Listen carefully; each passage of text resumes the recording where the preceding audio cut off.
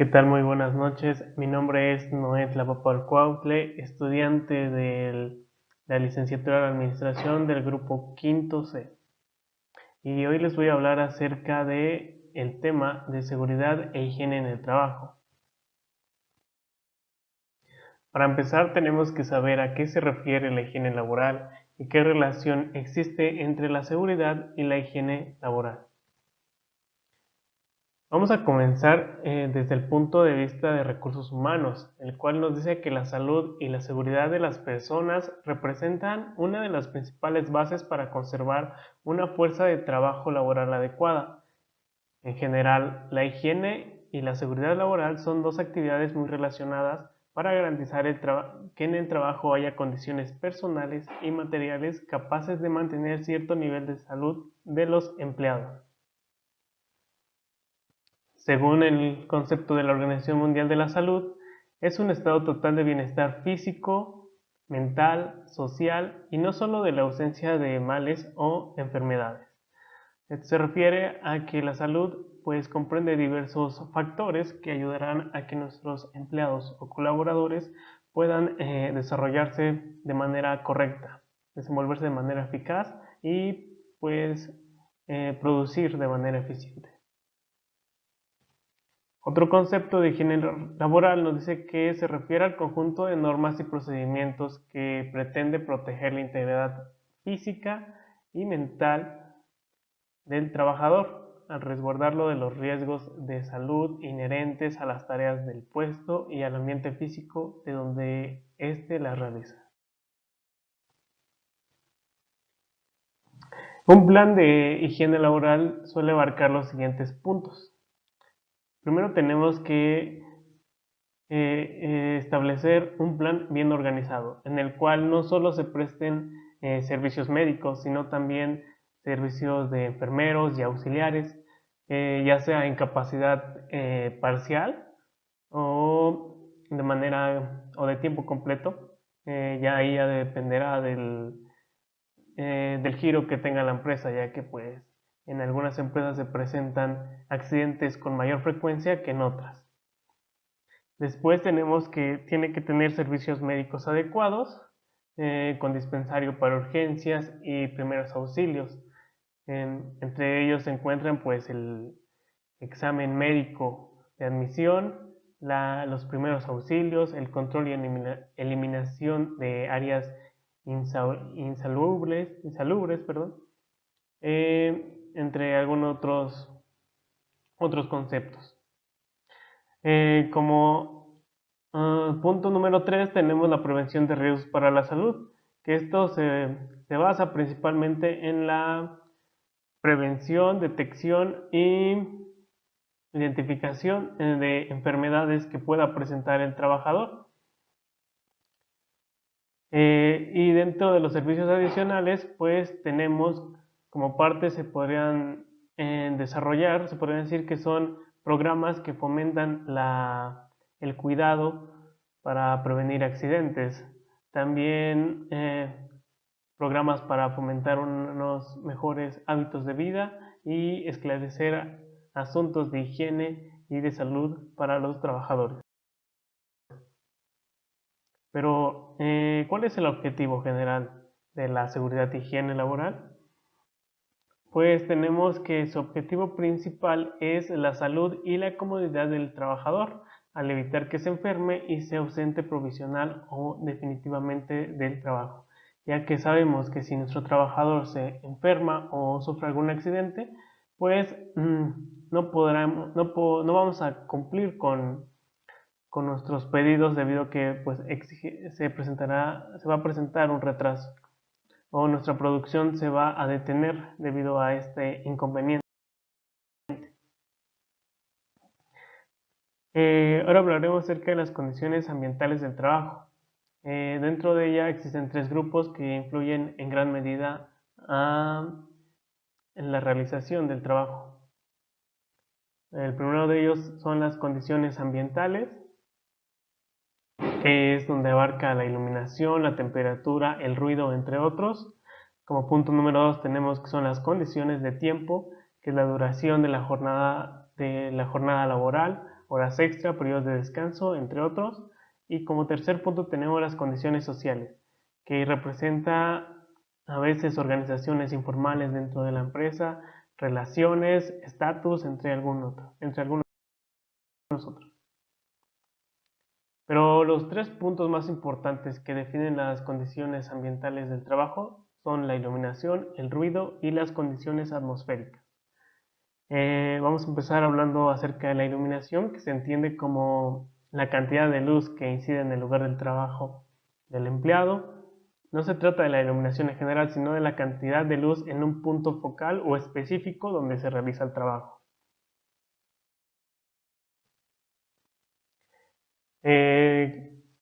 Para que un sistema de iluminación deba cumplir con los requisitos debe de cumplir con los requisitos siguientes, el cual nos dice que debe ser suficiente, ya que de modo a que cada luminaria proporcione la cantidad de luz necesaria para cada tipo de trabajo. O sea que la luz que imita el centro de trabajo debe de ser suficiente para que el trabajador pueda realizar el trabajo necesario. También debe de distribuir la luz de forma constante y uniforme para evitar fatiga visual, la cual se deriva de sucesivas adaptaciones debidas a las variaciones de la intensidad de luz. O sea que debe estar constante y uniforme, no tienen que haber pues apagones repentinos o que la luz se encuentre apagado y encendida a la vez.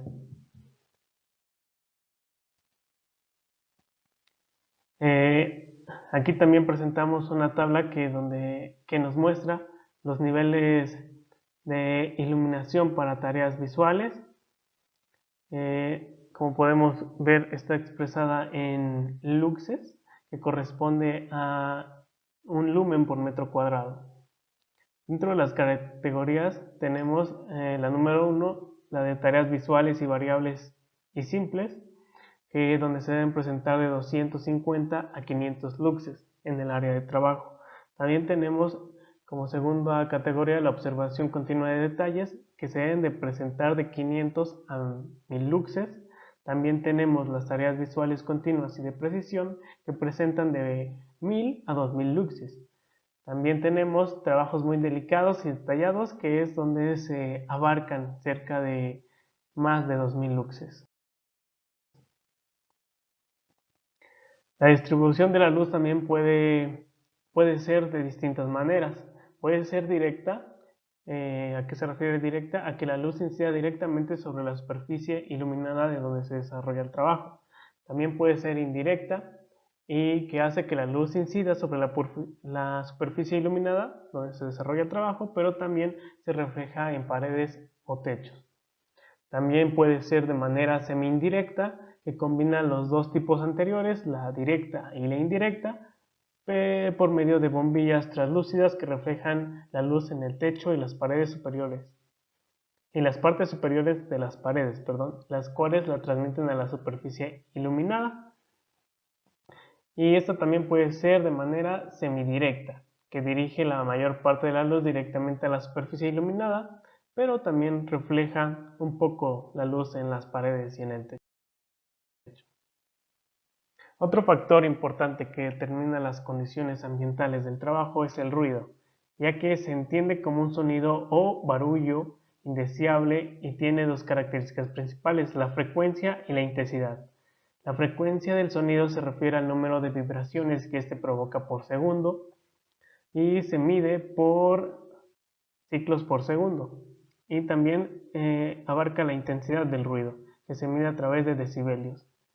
El efecto del ruido depende de la intensidad del sonido, de la variación de ritmos o irregularidades y de la frecuencia o del tono.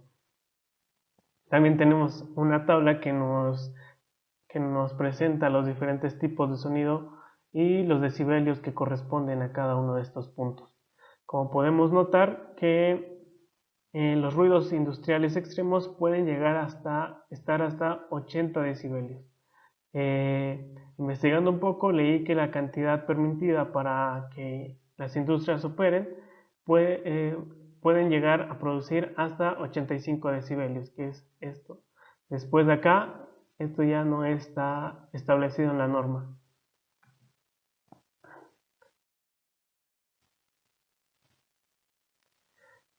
Los métodos para controlar o disminuir el ruido en las siguientes industrias se clasifican en las 5 categorías siguientes.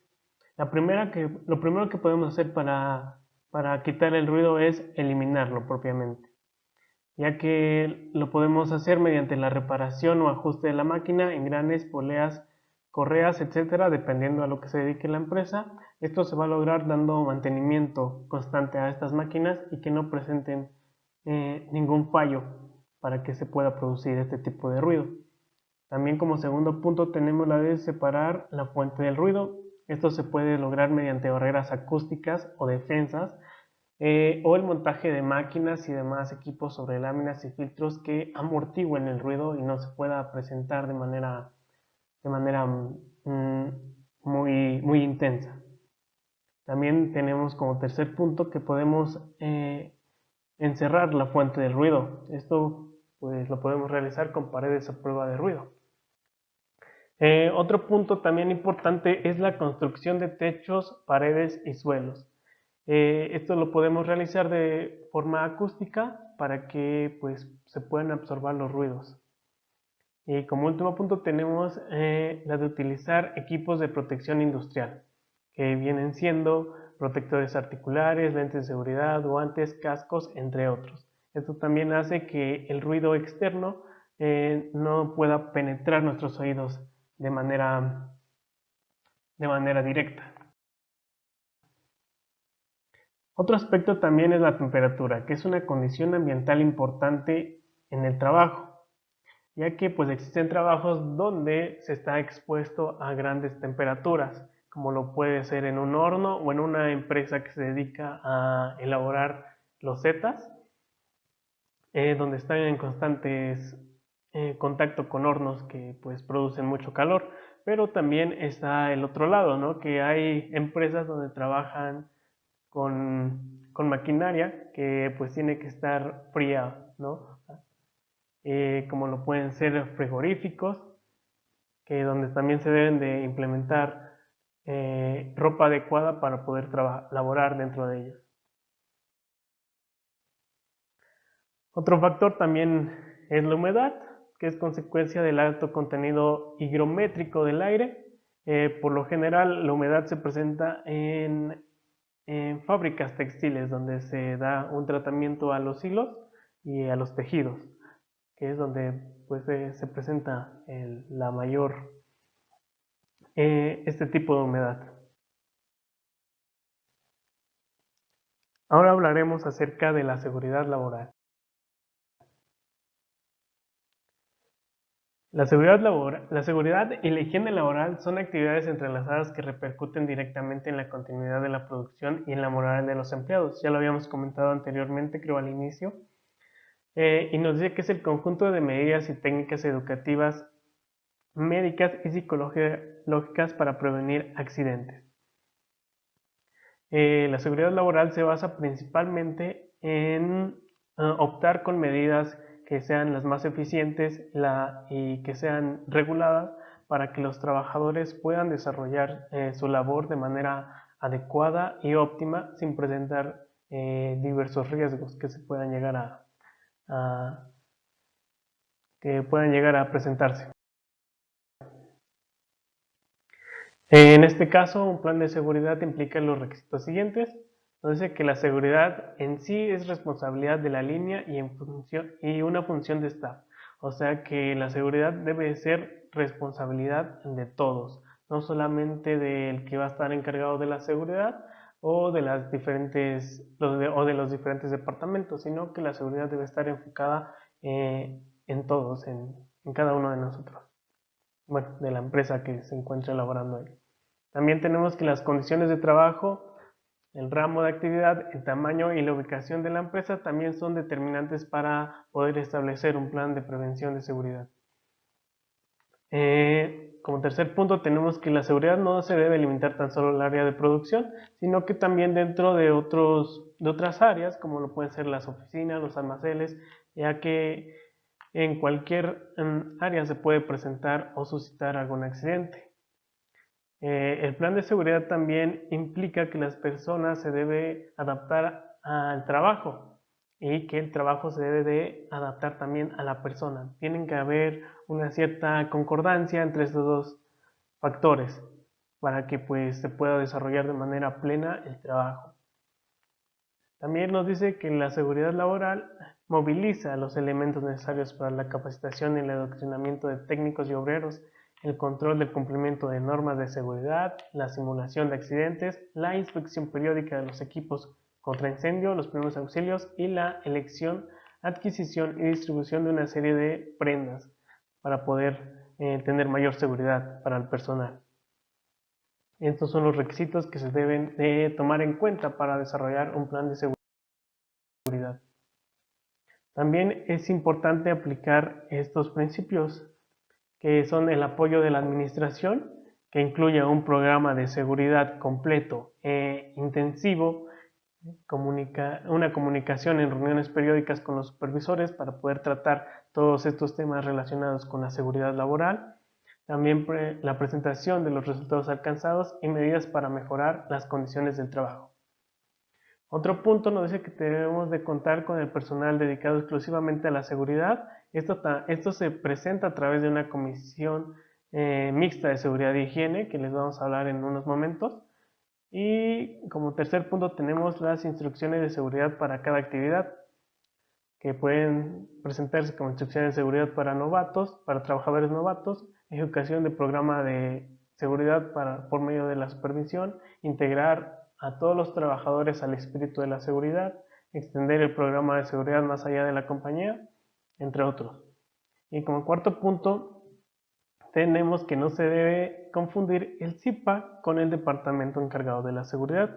La primera obedece a un mandato legal que se debe de hacer pues generalmente porque está establecido en la ley, y el segundo es en la propia creación que presente la empresa sobre materia de seguridad. También la seguridad laboral opera en tres áreas principales de actividad. Estas son la prevención de accidentes, la prevención de robos y la prevención de incendios. La prevención de accidentes, vamos a comenzar con la definición de lo que es un accidente. Y según la Organización Mundial de la Salud nos dice que es un hecho no premeditado del cual se deriva un daño considerable. Según el National Safety Council nos dice que es una serie de hechos que cuando ocurren en general y sin intención producen lesiones corporales, muerte o daños materiales. La seguridad busca reducir estos accidentes, y también podemos definir como accidente laboral el que se deriva del trabajo y que provoca directa o indirectamente una lesión corporal, una alteración funcional o un mal que puede conllevar lamentablemente a la muerte. Los accidentes laborales se clasifican tenemos como primer punto que es el accidente sin ausencia, que es después del accidente el empleado continúa trabajando normalmente, solamente pues se toman las medidas necesarias y se hace un reporte para saber lo que sucedió. Como segundo punto tenemos los accidentes con ausencia. Estos sí ya son accidentes más graves que pueden causar o dar como resultado la incapacidad temporal y pérdida total de la capacidad para trabajar el día que se sufre el accidente o que se prolonga durante un periodo inferior a un año. También tenemos que se presenta una incapacidad parcial y permanente, así como la reducción parcial y permanente de la capacidad para trabajar. También tenemos la incapacidad total y permanente, que esto es la pérdida total de la capacidad para trabajar de manera permanente, y como último punto lamentablemente tenemos la muerte del accidentado o del trabajador en este caso, ¿no? También como siguiente punto tenemos la prevención de robos, que se basa principalmente en la vigilancia que debe de presentar la empresa, ya que tiene que tener un propio sistema de servicio de vigilancia, además de contar con señalamientos preventivos para evitar este tipo de robos. Un plan de vigilancia suele incluir lo siguiente. El primer punto es el control de entrada y salida de personal. Esto por lo general lo hace el Departamento de Seguridad, que es donde se encarga de revisar la entrada y salida de todo el personal. eh, Todo esto con la finalidad de detectar los que se suelen llamar coloquialmente como robos hormigas, y se trata de un control visual o de revisión personal de cada individuo que ingresa o sale de la fábrica. También se debe contar con un control de entrada y salida de vehículos. Eh, También, como otro punto, se cuenta con un estacionamiento fuera del área de la fábrica, que por lo general está visualizado con cámaras de seguridad. También se presenta un vigilante que revise esta entrada y salida de vehículos dentro del estacionamiento de la empresa. Otro punto son los rondines por el interior y por los terrenos de la fábrica. Estos son muy comunes en el interior y alrededores de la empresa, sobre todo fuera del horario de trabajo. No solo por vigilancia, sino también lo hacen para prevenir pues, algún otro tipo de inconvenientes que se puedan presentar ahí, como pueden ser incendios. También, como quinto punto, nos dice que un plan de prevención también tiene que incluir el registro de máquinas, equipos y herramientas, ya que pues el personal está constantemente con ellos y pues suele presentarse en algunas veces que estos pues lleguen a llevarse este tipo de herramientas. También como último punto tenemos que los controles contables también pueden producir ciertos tipos de robos, ¿no? Ahí, que se basan principalmente en las áreas de compras, almacenaje, expedición y recepción de mercancías que estén sujetas a ciertos controles contables. Aquí, sin duda, pues debe de, se debe desarrollar eh, una, una transparencia más que nada en las cifras y números que se desarrollan a través de la contabilidad. Otro punto es la prevención de incendios. Eh, Esto se desarrolla para que pues, los trabajadores estén capacitados al momento de que se llegue a presentar algún tipo de incendio en el área donde están laborando. Por lo cual nos dice que para que haya un incendio debe haber tres agentes, que es un combustible, un carburante y un catalizador.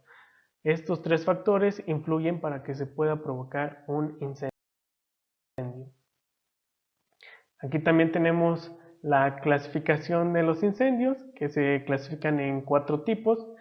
Eh, el tipo A nos dice que se trata de incendios con papel, madera, tejidos, trapos, empapados de gasolina, basura u otros, donde los principales agentes extintores es la espuma, la sosa ácida y el agua.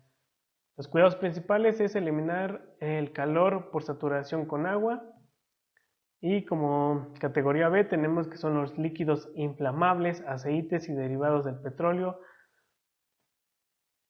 Los agentes que extinguen este tipo de fuego es el gas carbónico, el CO2, el polvo químico seco, perdón, la espuma, y esos son los agentes que lo extinguen. Los cuidados principales que se tienen que presentar es neutralizar el carburante con sustancias no inflamables. Como categoría tipo C de incendios tenemos lo que son los equipos electrónicos conectados. Estos se extinguen mediante el gas carbónico, que es CO2, y los cuidados son los mismos, de neutralizar el carburante con sustancia no inflamable. Dentro de la categoría D tenemos los gases inflamables sujetos a presión, donde el agente extintor son el polvo químico seco, el gas carbónico, y sus cuidados son neutralizar el carburante con sustancia no inflamable. Un incendio se debe de extinguir de acuerdo con los principios siguientes. El primero de ellos es la remoción o aislamiento, que presenta una neutralización del combustible, que consiste en retirar el material en combustión o aislar los materiales que puedan alimentar o propagar más el fuego. Como segundo punto tenemos la sofocación, que se trata de neutralizar el carburante, el cual consiste en eliminar o reducir el oxígeno del aire en la zona de la llama para interrumpir la combustión del material. Como tercer punto tenemos el enfriamiento, que se trata de la neutralización de la temperatura, que consiste en reducir la temperatura de manera del material incendiado hasta cesar la combustión. Ahora vamos a hablar acerca de cómo se lleva a cabo todo lo que hemos visto. Bueno, dentro del marco legal tenemos que nuestra Ley Federal de Trabajo en el artículo 509 nos dice que se debe de establecer una comisión mixta de seguridad e higiene, todo esto para la prevención de accidentes que se puedan presentar en el trabajo, así como también en que los trabajadores puedan realizar su labor de manera adecuada con los medios eficientes y seguros dentro de la empresa. Bueno, hablando ya como tal de la Comisión Mixta de Seguridad e Higiene, tenemos que el 13 de abril del 2011, la Secretaría del Trabajo y Prevención Social publicó en el Diario Oficial de la Federación la norma oficial mexicana 019 STPS 2011, que entra en vigor a partir del 13 de julio del 2011. ¿Y esto qué establece? Pues establece que por obligación del patrón debe prever los medios necesarios para que las comisiones de seguridad e higiene puedan consultar los apoyos informáticos desarrollados por la Secretaría de Trabajo y Prevención Social con el objeto de identificar la normatividad aplicable al centro del trabajo. ¿Pero qué es en sí una comisión mixta de seguridad e higiene? Es un organismo bipartito conformado por el número de representantes de los trabajadores y del patrón, que tiene por objeto investigar las causas de los accidentes y enfermedades, así como también se implementan medidas para prevenirlos y vigilancia para que estos se puedan cumplir. ¿Y cuáles son las funciones o los objetivos principales de esta Comisión de Seguridad e Higiene? Pues el primero de ellos nos dice que se debe de identificar los agentes como lo son condiciones peligrosas o inseguras y actos inseguros en el centro del trabajo. Deben de investigar causas de los accidentes y enfermedades de trabajo de acuerdo a los elementos que les proporciona el patrón y otros que estimen necesarios, y proporcionar al patrón medidas para prevenir los accidentes y enfermedades de trabajo. También se debe dar seguimiento a la instauración de las medidas propuestas por la Comisión para prevenir los riesgos de trabajo. ¿Cómo se integra esta comisión? Pues se integra con un trabajador y el patrón o su representante. Cuando el centro del trabajo cuente con menos de 15 trabajadores, solo se va a integrar por un trabajador y el patrón, cuando sea menor de 15 trabajadores. Pero en caso de que no, pues se va a conformar por un coordinador, un secretario y los vocales que acuerden el patrón o sus representantes. Y el sindicato o el representante de los trabajadores en caso de que no exista una figura sindical. Cuando el centro de trabajo cuente con 15 trabajadores o más. ¿Cómo se nombran los representantes de los trabajadores? La designación de representante de los trabajadores la realiza el sindicato mediante consulta, o en caso de que no exista este sindicato, pues se da por la mayoría que voten los trabajadores. Con base a las funciones que se van a desempeñar, el patrón será miembro de la comisión o en su caso algún representante que él nombre.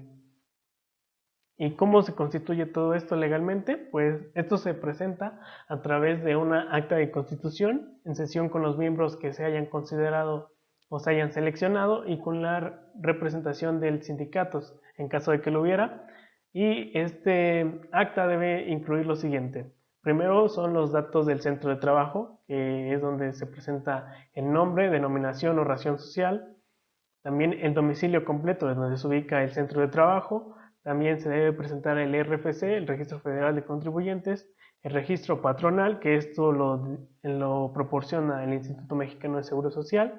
También se debe de establecer la rama industrial o actividad a la que se dedica la empresa. También se debe de plasmar la fecha de inicio de actividades de la empresa, el número de trabajadores del centro de trabajo y el número de turnos. También debe contar con los datos de la comisión, que debe ser la fecha de integración de la Comisión de Seguridad e Higiene, el día, mes y el año. También debe contener el nombre y firma del patrón o de su representante, ya sea el caso, y del representante de los trabajadores. En el caso de los centros de trabajo con menos de 15 trabajadores. O también en su caso el nombre y firma del coordinador, secretario y vocales. Esto en caso de que el centro de trabajo cuente con 15 o más trabajadores. Ahora ya después de haber abarcado todo lo del tema de seguridad e higiene, ahora viene el tema de calidad de vida en el trabajo, que es uno de los temas más importantes, ya que después de haber plasmado la seguridad y la higiene dentro del trabajo, ahora viene la calidad de vida en el trabajo, que esto se refiere a que el trabajador se sienta a gusto en el área donde labora. Nos dice que las condiciones sociales y psicológicas también forman parte del ambiente laboral. Investigaciones demuestran que para alcanzar la calidad y productividad, las organizaciones deben contar con personas motivadas que se involucren dentro de su trabajo. Para satisfacer al cliente externo, primero tenemos que satisfacer a nuestros propios trabajadores responsables del producto o servicio que nosotros ofrecemos.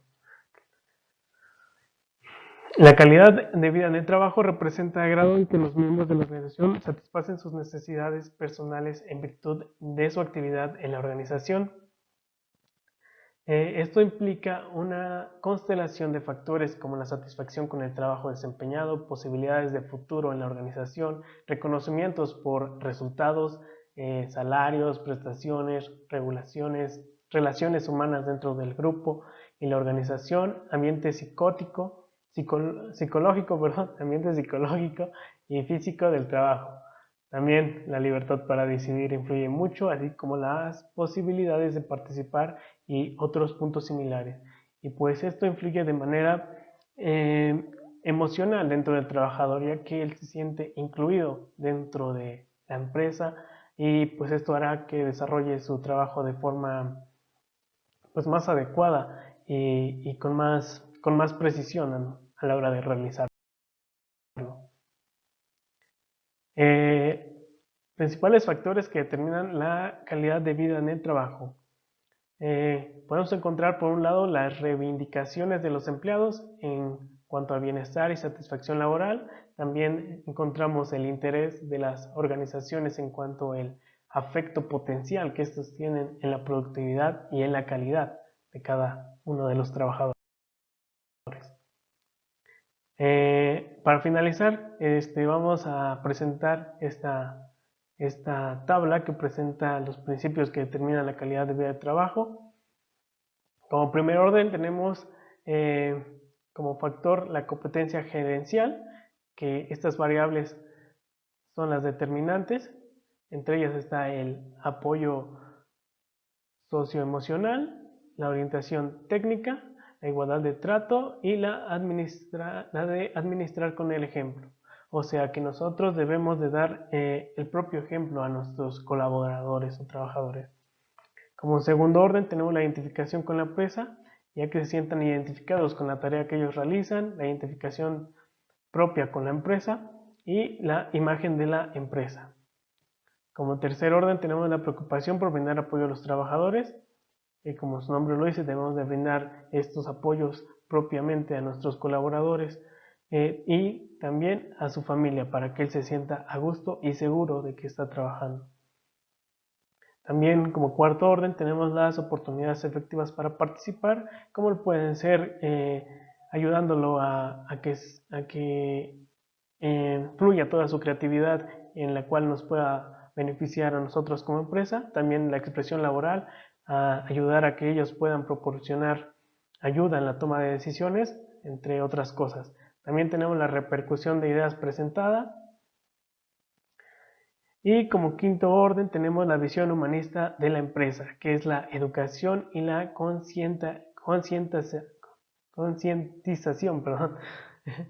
Es esto que pues debe de ser muy elemental, ya que nosotros vamos a educar de cierta forma a nuestros colaboradores y vamos a realizar que ellos tomen diversas actitudes a lo largo de su estancia con nosotros. También tenemos orientación a las personas y responsabilidad con la comunidad. También algo que influye dentro de la calidad de vida en el trabajo es la equidad salarial, ya que pues hemos visto comúnmente que se presentan diferentes desniveles en la equidad salarial, ya que pues a veces es más preferente darle mayor salario a los hombres que a las mujeres, pero hoy en día pues esto poco a poco va cesando, ¿verdad? Y esto pues representa dos variables, que es los salarios con equidad interna y los salarios con equidad externa. Pero como le digo, hoy en día pues esto va quedando un poco atrás, ya que pues se están tomando medidas estrictas a estas condiciones de trabajo y equidad salarial. Y pues eso sería todo de mi parte. Espero haya servido este tema muy importante en el área de recursos humanos, como lo es la seguridad, higiene y la calidad de vida en el trabajo, ya que estos pues van a ayudar a que nuestros colaboradores desarrollen de forma más eficaz y eficiente sus tareas y a que nuestra productividad pues pueda fluir mayormente. Además de que nuestros productos pues cuenten con una calidad eh, esencial para poder venderla. Todo esto pues influye mutuamente en toda la empresa. Y eso sería todo de mi parte. Muchas gracias.